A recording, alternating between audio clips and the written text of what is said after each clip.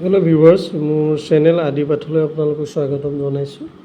আৰু আগৰ ক্লাছত মই দশমিকৰ অংক শিকাইছিলোঁ। দশমিকৰ অংকবোৰনো কেনেকৈ সজায় তাক মই আপোনালোকক দেখাইছিলোঁ।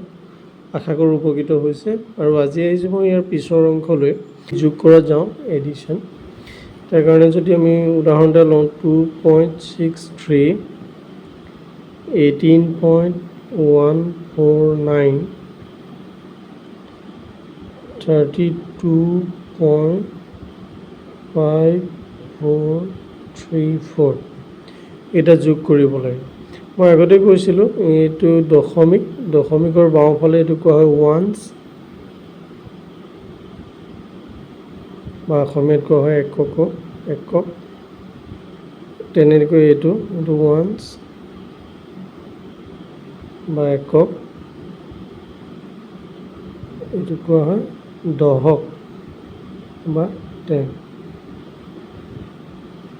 তেনেদৰে এইটো দশমিক, এইটো হৈছে একক আৰু এইটো হৈছে কি দশক। এতিয়া আমি ধুনীয়াকৈ সজাব লাগিব। 2.63 এতিয়া 18ৰ এইটো এককৰ ঘৰ, গতিকে ইয়াত হ'ব 18 দশক দশমিক 149। সংখ্যাৰ তলত সংখ্যা বহাব। তাৰপিছত এইটো দশমিক আছে, দশমিক এককৰ ঘৰ 2, এইটো হৈছে কি 3, এইফালে আছে 5 4 3 4। এতিয়া আমি ইয়াক কি কৰিব লাগিব?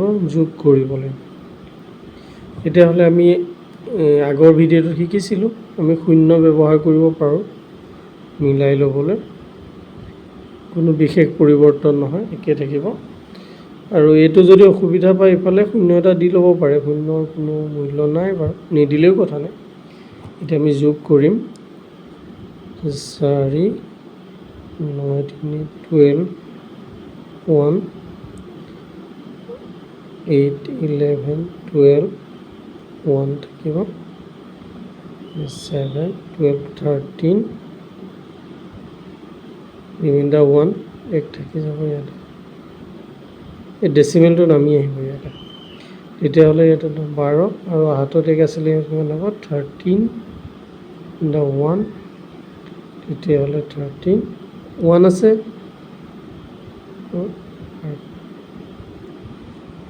বুজি পাইছে চাগে?